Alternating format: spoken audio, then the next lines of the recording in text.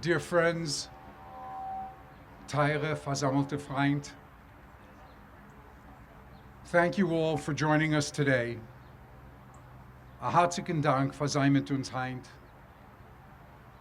I am honored to welcome you to our annual memorial gathering here in Riverside Park this year, marking the 82nd anniversary of the Warsaw Ghetto Uprising.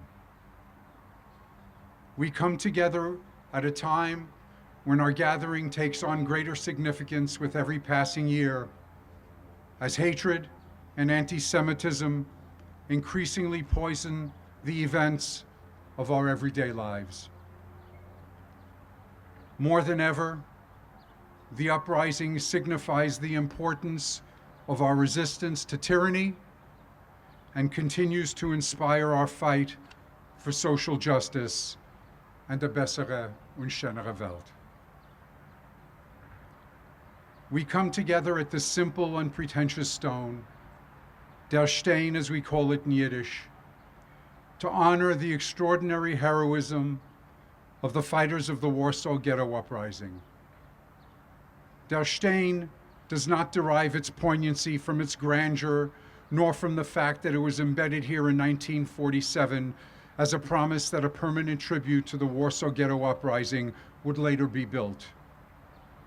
Der Stein derives its meaning from us, because it represents unspeakable horror and magnificent heroism, because it possesses the silent scream of death and the determination to fight against all odds, so the fighters can say, "We will choose the moment of our death, not the Nazis."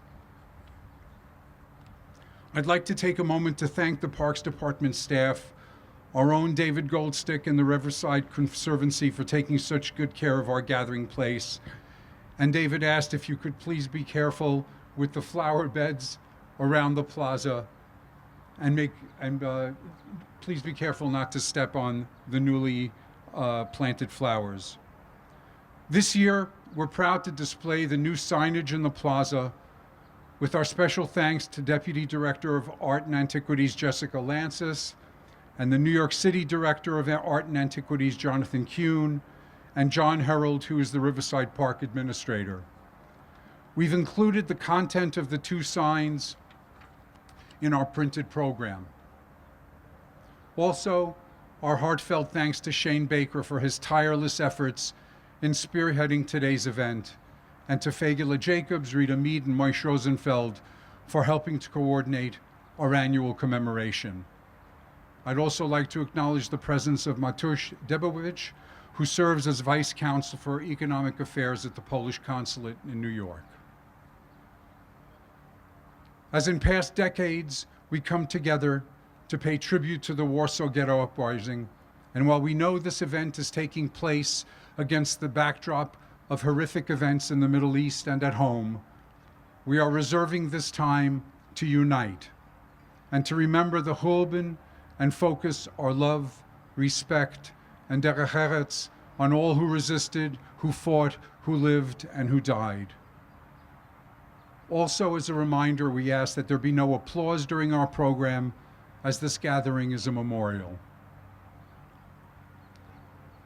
82 years ago, on the first night of Passover, the Warsaw Ghetto Uprising began. April 19th marked the beginning of an epic battle, not for victory, as the resistance fighters knew from the outset, but for the honor of our people. At 2 a.m., lookouts spotted the German artillery approaching the ghetto, and they entered the ghetto at 4 a.m.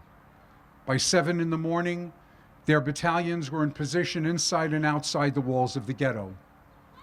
The Nazis used the intersection of Mila and Zamenhof streets to stage their assault, intentionally while everyone slept. But the band of resistance fighters was waiting for them, hidden behind barricades at the four corners of the intersection. They suddenly opened fire with handmade Molotov cocktails and shots from their lone machine gun. Soon the street was littered with the bodies of Nazis. This is how it began. And when the battle ended, Marek Edelman, one of the leaders of the Jewish Fighting Organization, wrote, "On May 10, 1943, this period of our bloody history, the history of the Warsaw Jews, came to an end. The site where the buildings of the ghetto once stood became a ragged heap of rubble, reaching 3 stories high. Those who were killed in action had done their duty to the end, to the last drop of blood that soaked into the pavement of the Warsaw Ghetto. We, who did not perish, leave it to you to keep their memory alive forever." Time and again, history shows us that the darkest moments can give us opportunities for greatness. During these challenging times, all of us must commit to the hard work of protecting democracy, liberty, and freedom. The work is not easy, and there is always a price to pay. But it's a price we have to pay, because the evil that drives fascism and autocracy is ultimately no match for the promise of liberty that illuminates the lives of free people everywhere. Our parents and grandparents sang "Sag nit kemol as du gehst dem letzten Weg." As they face certain death, never say this is the end of the road. And indeed, we are here because our work has not ended. Our journey does not end until every person knows the story and the lessons of the Holocaust. Our journey does not end because their fight is our fight. Our journey does not end because the hatred that sparked the Holocaust continues today in so many places. Our journey does not end until every life flourishes in freedom. Wir seien da, noch einmal und take noch einmal, again and again, da v'da, generation to generation. That is our legacy. May the invincible soul of those who fought, perished, and survived inspire us to be compassionate and to have the wisdom to find peace within and build peace between nations. The price of freedom is far less dear than the price of forsaking it. Long live their blessed memories. Kavod Zayron Dank.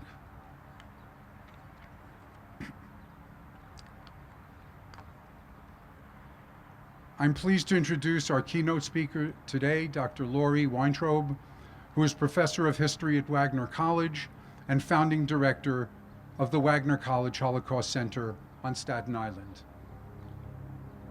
Lori?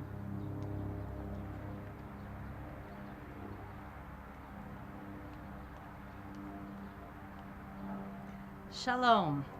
I thank the organizers of today's commemoration and you for the honor to speak about women leaders whose skills offer lessons for us today in the face of rising anti-Semitism.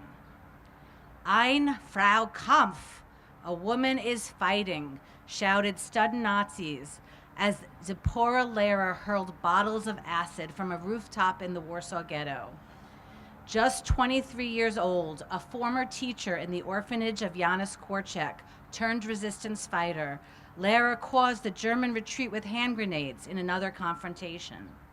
She was killed in battle on May 3, 1943, 3 weeks later. But her courage echoes through history, in large part thanks to the testimony of Zivia Lubetkin upon her arrival in Eretz Yisrael in 1946. In recalling Zipporah Lehrer's name and humanity, Lubetkin fulfilled a duty to bear witness, a vital part of community building. Over 3,000 women of strength, like Zipporah Lehrer, Vlad Gamid, Rachel Ruchama Roth, and especially Zivia Lubetkin, the highest-ranking female fighter in the Warsaw Ghetto Uprising, and thousands more, inspired my book, Heroines of the Holocaust, co-edited with Judy Baumel-Schwartz of Bar-Ilan University. I am honored that Vlad Gamid's son, Dr. Benjamin Mead, who's here today, contributed a chapter about his mother, as did Avihu Ronen, son of Chaya Klinger in Bedzin, who wrote about the dynamic of Zionist power couples, women and men who were dual leaders in the Polish resistance. Their stories reframe what resistance looks like, not just fighting with weapons, but with compassion, vision, and solidarity. At just 25 years old, Zivia Lubekin was already a national leader. As the head organizer for Hehalut, she trained youth across Poland and went to the 21st Zionist Congress. When war broke out, she returned to Warsaw, a leader in the Dror Underground, alongside Frumka Plotnica, raising funds for welfare programs and underground schools, while helping others escape to the ancient homeland of Israel, British Mandate Palestine. She even negotiated with Polish farmers to hire Jewish youth, giving them food access after the ghetto walls went up. A fellow partisan later said, quote, "The ability to unite people in such a short time was one of the wonders of those days, and it was thanks to Zivia, her talents, her warmth, her comradeship." She was also in charge of the secret foreign correspondence, a role akin to Secretary of State. Indeed, her name, Zivia, became the code for the Jewish underground resistance in all letters sent to and from Poland. As mass killings began in Ponary and Chelmno, Zivia made a decision. Quote, "We must tell the truth through personal contacts and the underground press." First on the executive committee of the anti-fascist bloc, she later became part of the central command of the Jewish fighting organization, the ZOB. And as military training began, she said they were running like madmen across the ghetto. She supervised the Kashariot, the women couriers who smuggled weapons, news, and hope across enemy lines. One of them, Lanka Kozybrodska, once convinced a German officer to carry her suitcase filled with dangerous materials right past the line of Nazi guards. Zivia was the one who had packed the explosives and wrote about it after Lanka's death. Historian Sharon Giva suggests we name them spearheads. And Zivia, she was their commander, like the famous British SOE intelligence officer Vera Atkin Rosenberg during World War II, another heroic Jewish woman. In January 1943, the first revolt began. Zivia fought with grenades, pistols, and as she said, quote, "our own original weapons, light bulbs filled with sulfuric acid." She also encouraged passive resistance. Quote, "anyone in hiding made the Germans' work more difficult." Historian Javi Dreyfus later proved this strategy worked. It helped extend the uprising and save lives. April 19th, 1943, the eve of Hitler's 54th birthday. 2,000 Nazi troops entered the ghetto. Rachel Roth, 16 years old, was hiding in a bunker at Mila 19 with her grandfather, eating a crumb of matzah to commemorate Passover. A year earlier, her mother Golda had been deported alongside 3 younger siblings to Treblinka. Rachel hid thanks to the strategy of the ZOB. Zivia Lubekin was on the front lines, helping direct resistance in the central ghetto. She eased tension among resistance fighters, a role of both commander and caretaker. When Mila 18, the main command bunker of Mordechai Anielewicz, his partner Mira, and 120 other ZOB fighters was discovered, Lubetkin had already been sent out on a mission, tasked due to her training and skills with making contact to the Aryan side. On May 10, 1943, she crawled through the Warsaw sewers for 20 hours alongside Marek Edelman. She clutched her pistol and clung to hope. As she said, quote, "a distant dream you shared with your comrades, a dream of a far-off land, of Eretz Yisrael, a life of friendship and dignity." She survived, and with her husband and fellow fighter Yitzhak Zuckerman, she rallied for and built the Ghetto Fighters House, Kibbutz Lochamei HaGhettoot in Israel. When she died, Benjamin Mead called her, quote, "the beloved mother of the ghetto fighters, a member of the heroic leadership of the Ghetto Uprising." She was a pillar of strength in those dark and hopeless days during the Holocaust. Zivia Lubekin helped mobilize tens of thousands in the ghetto to resist through culture, education, and combat. She showed the world that Jewish women were not passive victims, but visionary leaders, teachers, and fighters.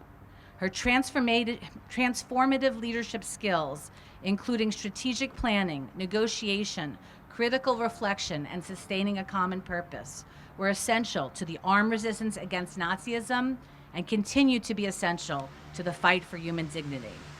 She embodied what I call a heroine of the Holocaust, like Rachel Auerbach, who ran a soup kitchen and documented the ghetto horrors for future generations as part of the Oneg Shabbat archive. She fought with words and deeds. In 2017, I stood at the cemetery at Lochamei HaGhetto in northern Israel, next to the gravestone of Zivia. One word only on her gravestone, not Zivia Lebetkin Zuckerman, but just Zivia. I made myself a promise to place Zivia's story and her leadership model at the center of my teaching and scholarship. Over 25,000 youth have now learned her story and those of other heroic women through the Wagner College Holocaust Center. They memorize her words. They understand that leadership is built on shared purpose and solidarity. I want to thank my colleagues and supporters of the Wagner College Holocaust Center, including Laura Morwitz, Dr. Victor and Kim Avis, Dr. Ram Roth and Aaron Gottlieb, Ruth Kupperberg, and Fern Zagor, whose mother, Frida Aaron, also survived the Warsaw Ghetto Uprising and Majdanek. In Staten Island, our unique exhibits highlights female upstanders, women who defied the Nazis. Please come visit it. Today, we must demand that all museums and Holocaust organizations uplift women leaders and their skills. The courage of Zivia Lebetkin and her love for Israel must spark our own sense of urgency. We are the inheritors of their resistance. Let us not wait. Thank you. Toda rabah.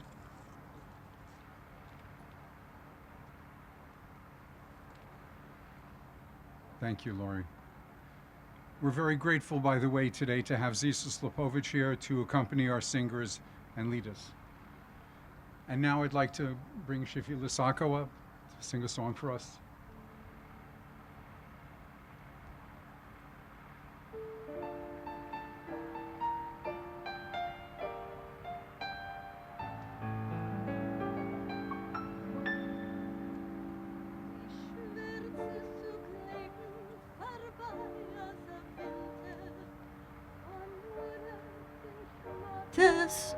Let's start again.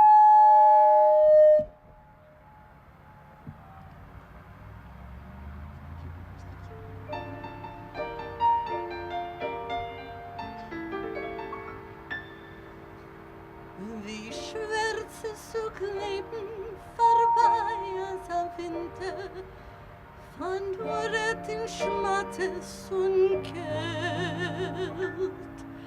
A Strahl hat zerschmolzen dem Eis von mein Fenster, gebracht a Geruss von der Welt. A Welt hat zerbliet sich mit weißendem Zwiet, und Feygele haben gezwischert a Lied.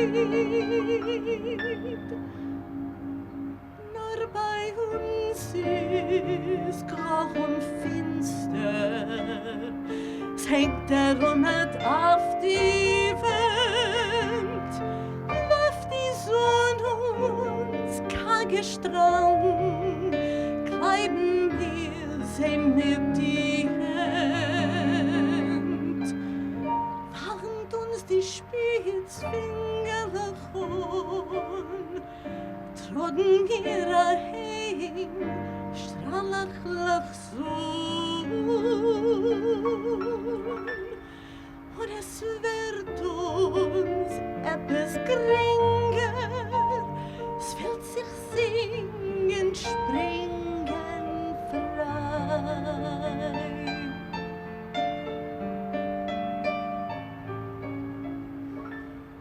A Winterne hat sich vergangen, wird doch schwarz, a so dann geräumt mir dabei. Es hat sich eint hinter dem Hilzen im Park an, zerwachsen der rosiger Mai.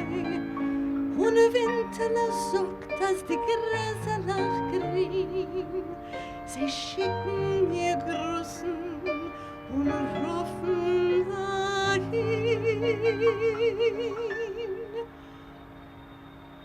Nur bei uns ist grau und finster, es hängt der Rummet auf die Wand, wirft die Sonne uns karge Strand, kleiben mir sie mit die Hand,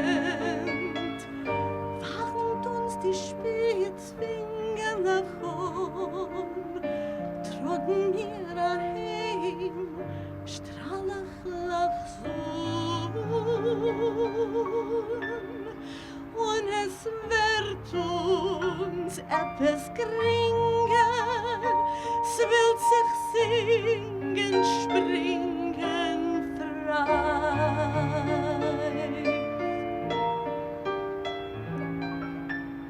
A weg ist der Tate in Stadt auf der Arbeit, muss so weit nebach gehen. Wird mir heimbringen a frischen Tsvaygl mit blätterlich grünen Geschehen. Nu wird es in reinigen Wasser stehen und es wird sich von Feygel zerbrechen abholen.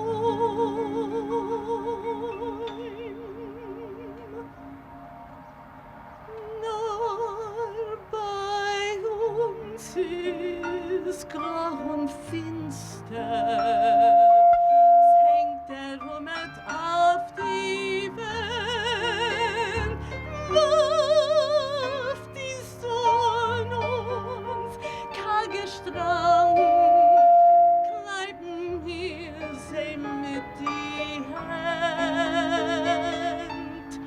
warnt uns die Spitzfinger nach oben, trocken wir heim, strahlach lach so. Und es wird uns etwas geringer, es will sich singen, springen frei.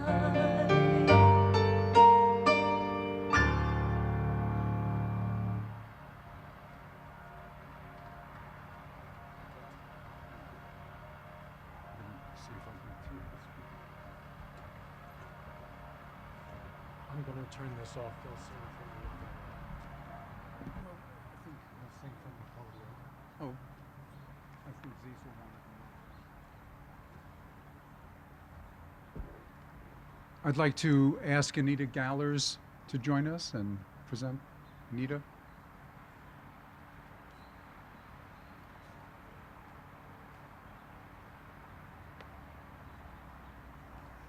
Thank you, and Chaverschaft.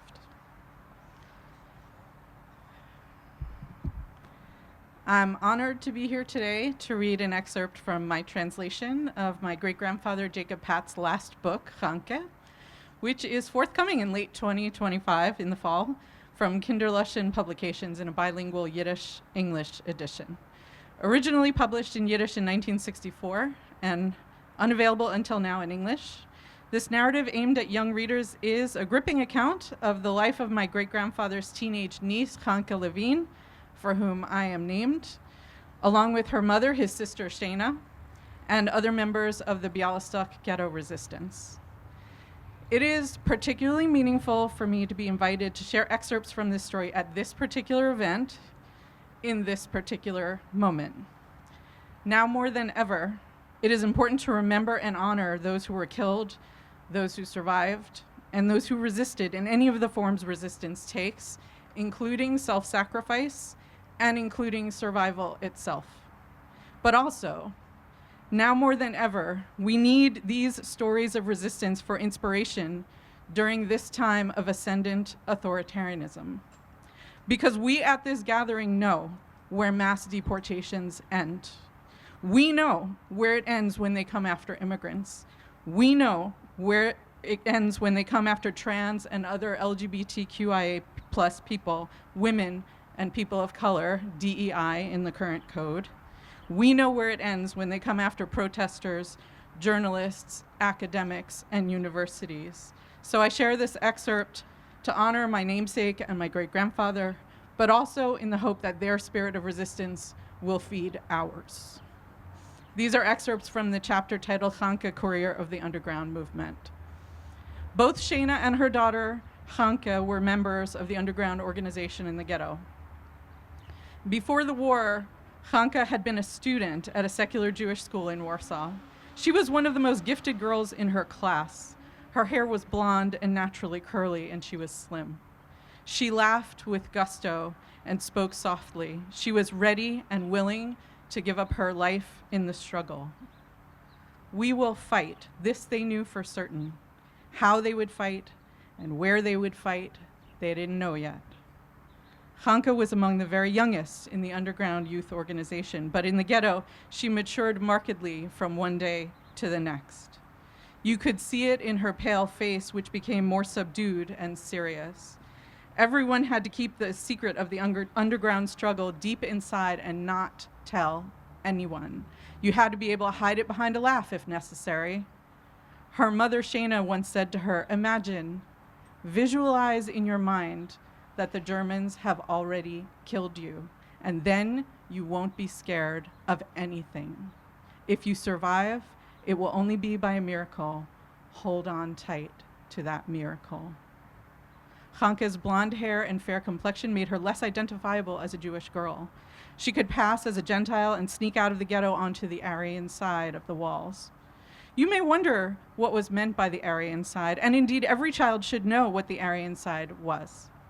The Nazis, the devils, had concocted the crazy idea that they, the Germans, the Poles, and other peoples, were Aryans, people of superior lineage. But the Jews were not Aryans, and therefore should be exterminated.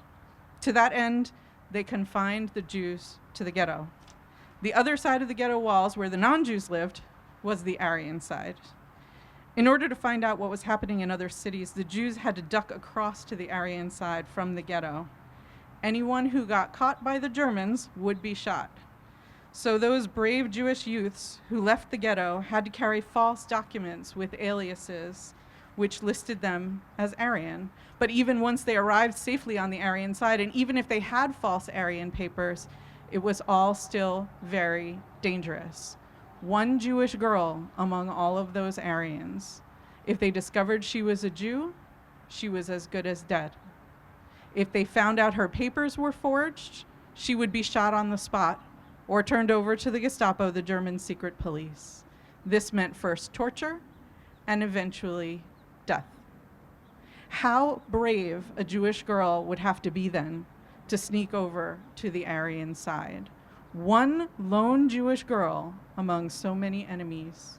And that was what the underground movement decided that Chanka should do.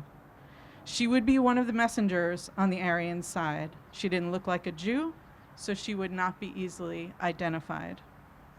Chanka was fearless.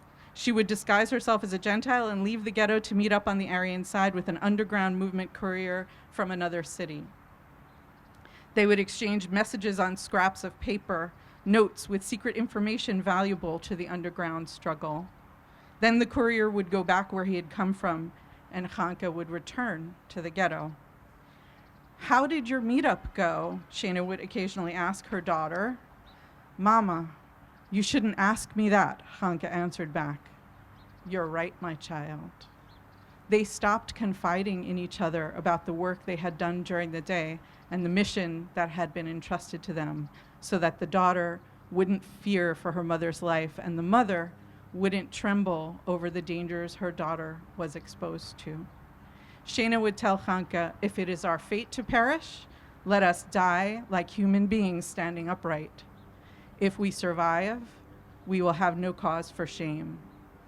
Every day they survived was a gift that gave them hope and strength.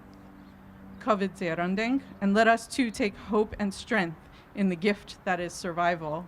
We're still here to commemorate, and that too is resistance. Telling stories of resistance is resistance. Soll sein Freiheit und Gerechtigkeit, soll sein Shalom auf der ganzen Welt, und soll sein Haberschaft.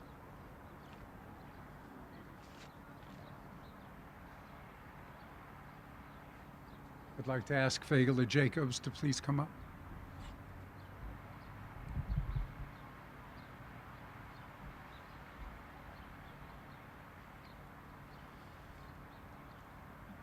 Good afternoon.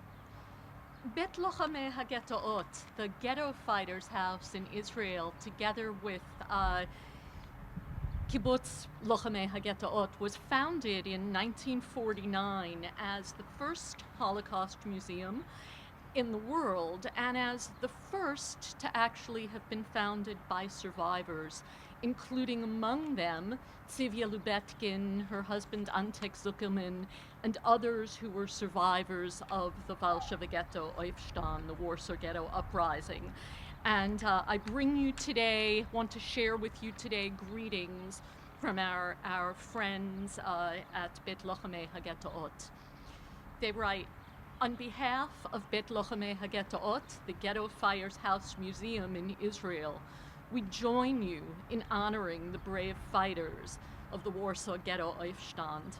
Their courage, resilience, and commitment to preserving human dignity continue to inspire our work at the museum, guiding our interactions with students, youth, and soldiers every day, especially in light of the events since October 7th.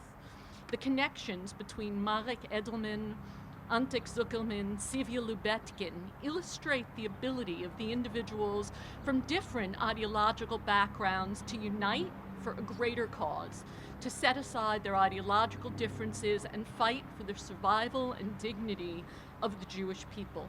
They serve as a powerful example for us today.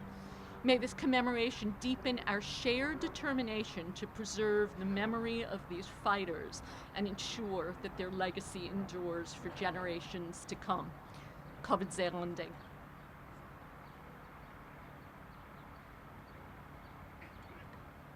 Now Sarah Gordon will sing for us.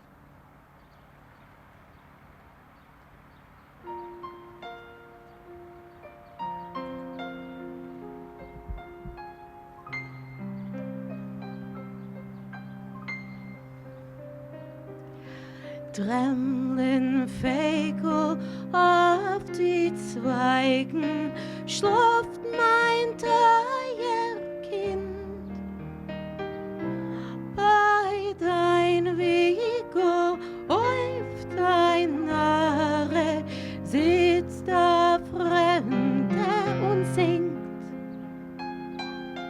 Bei dein Wege auf dein Nahe sitzt a Fremde und singt.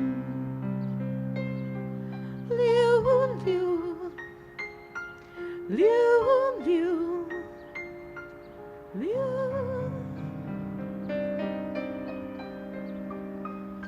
S'ist dein Weg vorgestanden, ausgeflochten von Glück. Und deine Mame, oi, deine Mame, kommt schon keinmal nicht zurück. Und deine Mame, oi, deine Mame, kommt schon keinmal nicht zurück. Liu, liu, liu, liu. Hab gesehen, dein Taten laufen unterm Hagel von Stein. Über Felder ist geflogen, sein verjossener Gewinn. Über Felder ist geflogen, sein verjossener Gewinn. Liu, liu.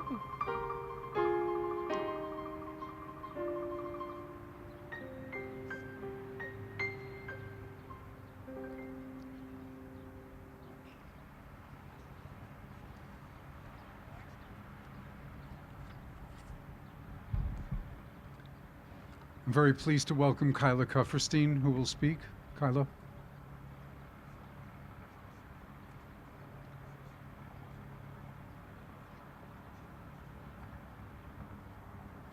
Good afternoon. My name is Kyla Kupferstein Torres. I am the daughter of Leon, or Leibel, Kupferstein, granddaughter of Fela and Herschel Kupferstein. Many of you knew them. In their way, they were movement people. They were part of creating and growing this beloved community in the promised land of New York City. I'm here with you today because of them, and I am profoundly honored. May their memories be a blessing. I'm not the first Kyla in my family. My Zaida told me that his mother, Kyla, for whom I am named, died in the Warsaw Ghetto Uprising. I can still hear his voice, telling me that your great-grandmother died with a gun in her hands. Someone who'd survived the uprising, who somehow avoided Treblinka or Auschwitz, and perhaps made the same improbable journey to safety as my grandparents did, brought them this information. Fela and Herschel never got much more of what became of their loved ones. Kyla and her role in the uprising was one of so many stories that my Bubba and Zaida constantly told us about the war and their epic journey from Otwosk to Stalin's prisons, back to Warsaw, then to Paris, and ultimately to New York. On weekends at the amalgamated houses in the North Bronx, my brother and I basked in the attention that my grandparents lavished on us. Those buildings were like a shtetl. It seemed like Yiddish-speaking survivors from Warsaw lived on every floor. Like Fela and Herschel, most of their comrades and friends had not been in Hitler's camps, so their stories of the war flowed freely. I lament how much I didn't capture, that though I relish these snippets of the lives of relatives I would never know, I didn't write down the details they offered, and I don't remember many of the ones I asked for. Like many of us who gather here each year, I still have so many questions that will never be answered. In October 1940, the Jewish residents of Warsaw were given 2 weeks to relocate. Almost 400,000 people ordered to cram themselves into a 1.3 square mile section of the city. Soon, it would be sealed off by a barbed wire-topped wall. Like families now in the Gaza Strip, Kyla and the rest of the ghetto's reluctant inhabitants lived in a state of constant fear and uncertainty. Their basic needs rarely met, their futures always in question. They lived in the kinds of extreme discomfort that we see live-streamed today. The hunger, the infectious disease that rips through a population crammed too closely together with poor sanitation.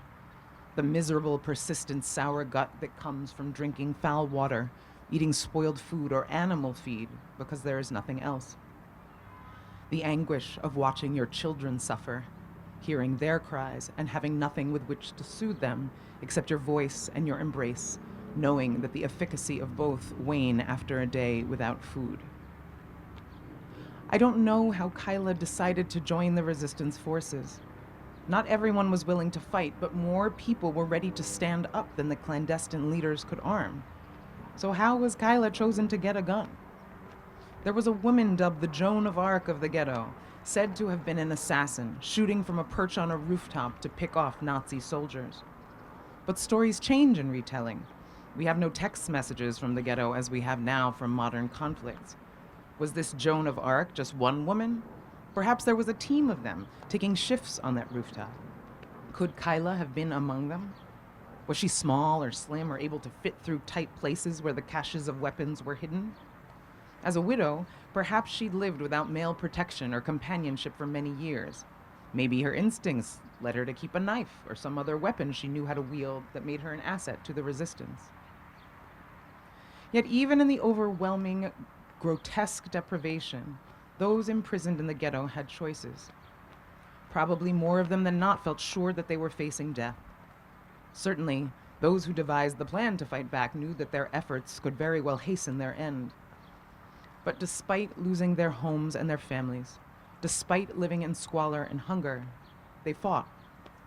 It wasn't anywhere near enough to change the course of the war or to end the colossal death machine that marched across Europe, devouring Jewish people and other malign groups.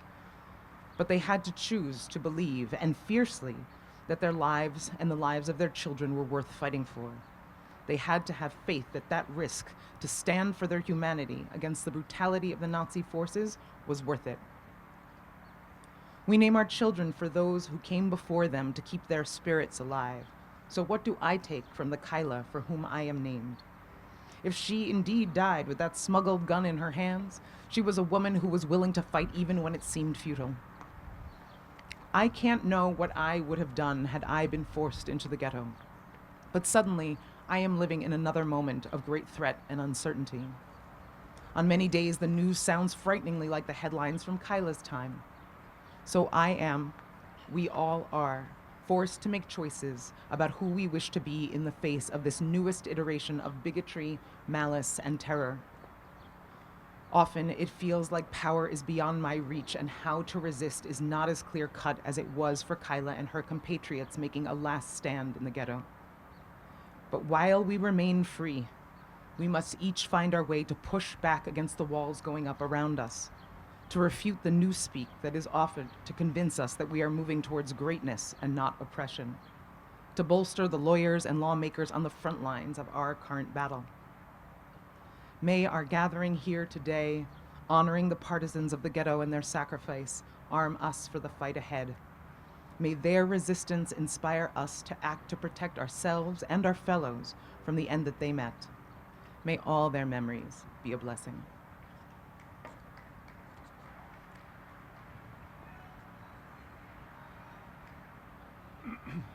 And now I'd like to ask Shane Baker and Judith Goldstein, and I'm not sure. Terrific. To come up.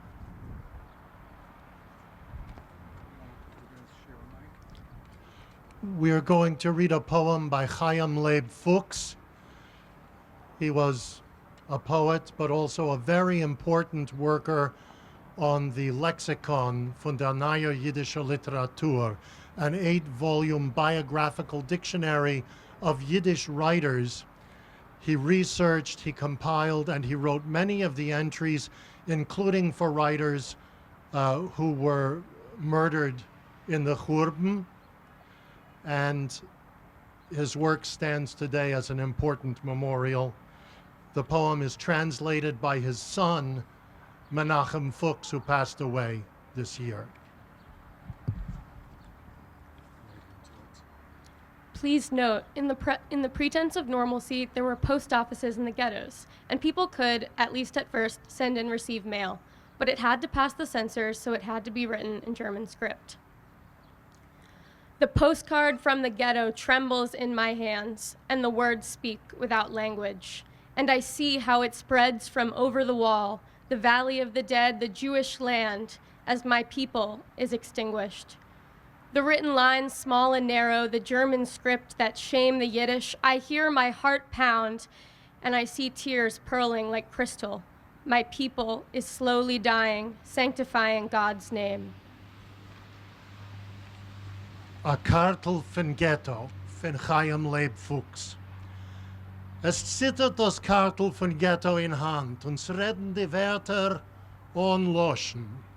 Und ich sehe, wie es spreit sich von über der Wand, der Toll von die Teute, das jüdische Land, wie es wird mein Nume verloschen. Die Schurelach, kleine und schmolle, die äußerst Deutsche, doch jüdisch verschämt. Es klingt mir ein Herz ob das Kohl, und ich seh noch, wie es perlt die Träne wie Kristall. Mein Volk geht aus in langsamen Kiddush Hashem. My sister writes to me thus, Moishe has gone to his father, and the letters stifle my scream, and I still hear the shuddering moan that lies on the postcard exhausted. I conjure a vision that carries me home. I am ashamed. Why did I leave alone? I see my mother. I hear her wails. Her brow quivers and her lips murmur to me, and she falls like a stone. Es schreibt mir mein Schwester azoi. Es ist Moishe gegangen zum Taten. Und stickt mich von euch jes arois das Geschrei. Nachher noch hat Zind als dem zittrigen Oi, wo's liegt auf dem Kartel vermattert. Trockt mir der Dimjena hin zu mein Heim, und ich schäm sich, vor was ich bin entlaufen allein. Und seh ich mein Mamen, ich hör ihr Gewein, es murmelt ihr Lippen, es zittert ihr Breim zu mir, und sie fällt wie ein Stein. She falls like a stone. The deadly gunshot, its roar still resounds in my ear, and with my mother I enter the gate. My blood congeals on the snowy rows, and howls of death and mourning escape from me. The postcard from the ghetto trembles in my hand, and the letters still speak the language of death. I walk with my mother, my hand in her hand, and I burn with her, like the thorn bush in flames, the thorn bush that's never consumed.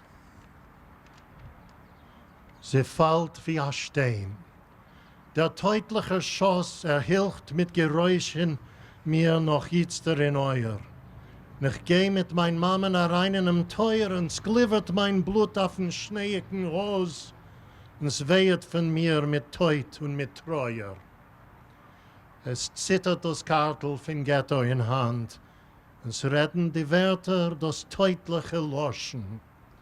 Ich geh mit mein Mamme, mein Hand in ihr Hand, und ich flacker mit ihr, wie der Dorn in Brand, der Dorn, was keinmal wird nicht verloschen.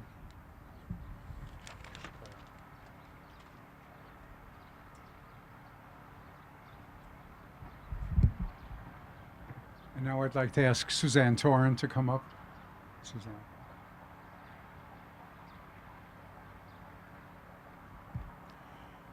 In Varshever Ghetto sitzt Chodesh Nissen. In Varshever Ghetto sitzt Chodesh Nissen. Auf Käuses von Borscht und auf Matzes von Kleien. Der zählt man auf Snai die amolike Nissim, wie das jüdische Volk ist ein Reus von Mitzrayim.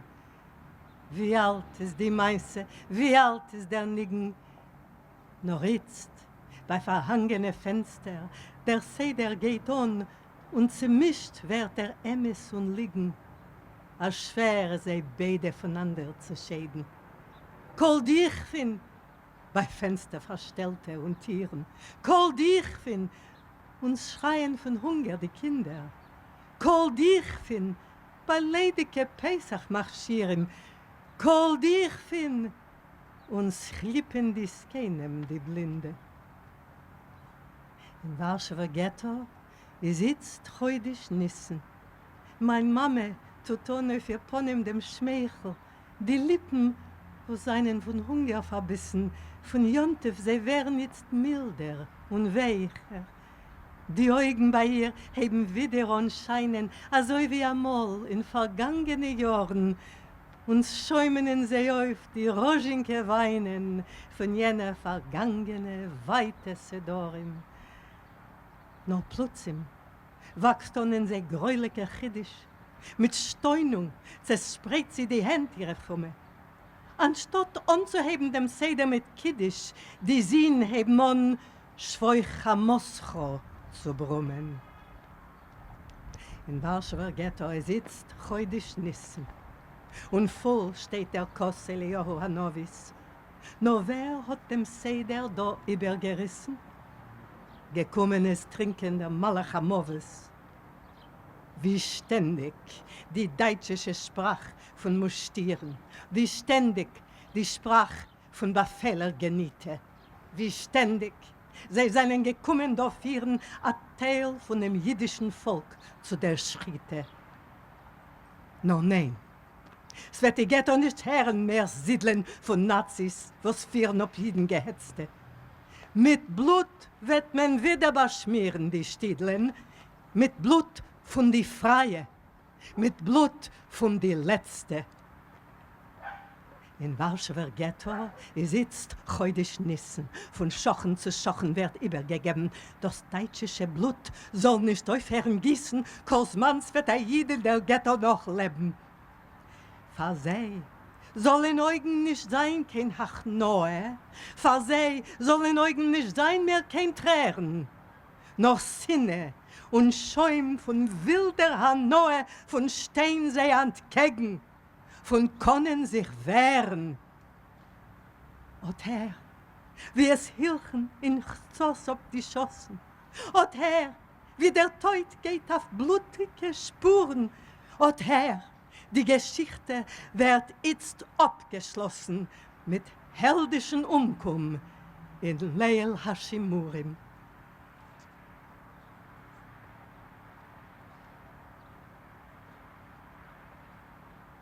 Now I'd like to have Joanne Borts come up. Joanne?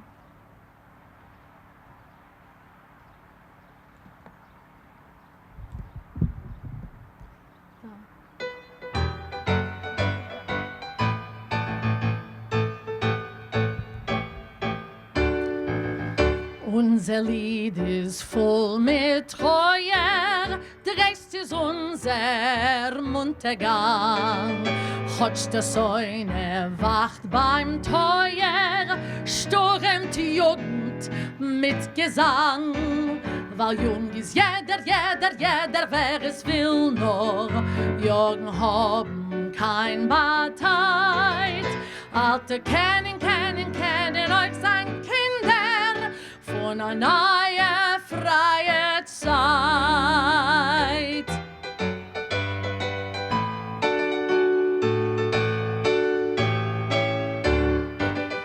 Wer es wogelt auf Wegen, wer mit Dreistigkeit stellt sein Fuß, bringt die Jugend sie entgegen von dem Ghetto a Geruss. Weil jung ist jeder, wer es will, nur Jungen haben kein Bartheit.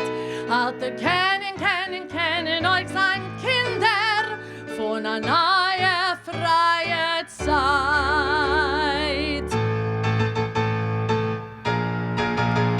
Wir gedenken alles Sonim, wir dermonen alle vereint.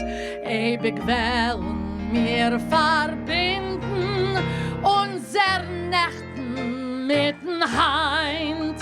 Weil jung ist jeder, wer es will, nur Jungen haben kein Bartheit.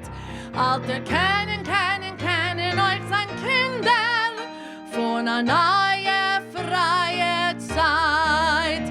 Weil jung ist jeder, wer es will, nur Jungen haben kein Bartheit. Alte kennen euch sein Kinder von einer neuen, freien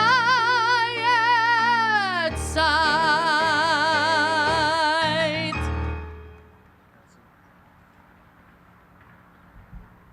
The words for our two closing songs are in the program. I'd like to have all the singers please come up and lead us in song as we sing the Partisans hymn and the Bund. And if you could please stand, thank you.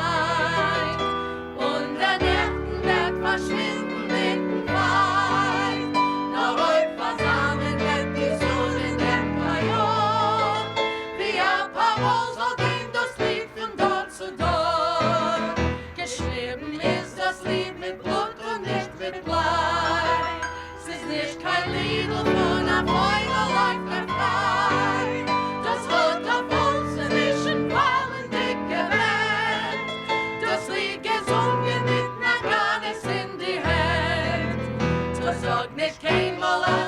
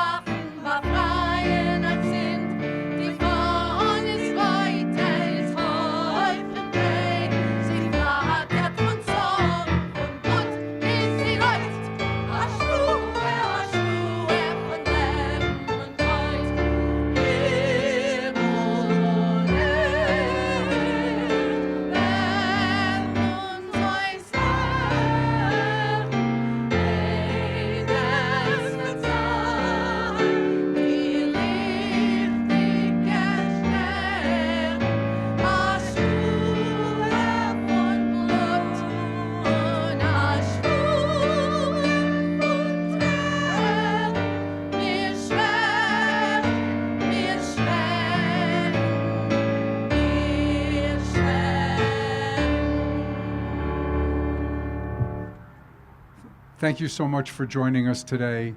Some of us will be gathering here again tomorrow at 1 p.m. to commemorate the actual day on which the Warsaw Ghetto Uprising began. On behalf of the organizing committee, Shane Baker, Feygele Jacobs, myself, Marcel Kshensky, Rita Mead, and Moshe Rosenfeld, I'd like to thank all of our participants. Thank you so much. And again, thank you for joining us today. And now, if you will, please lay a flower on the stone.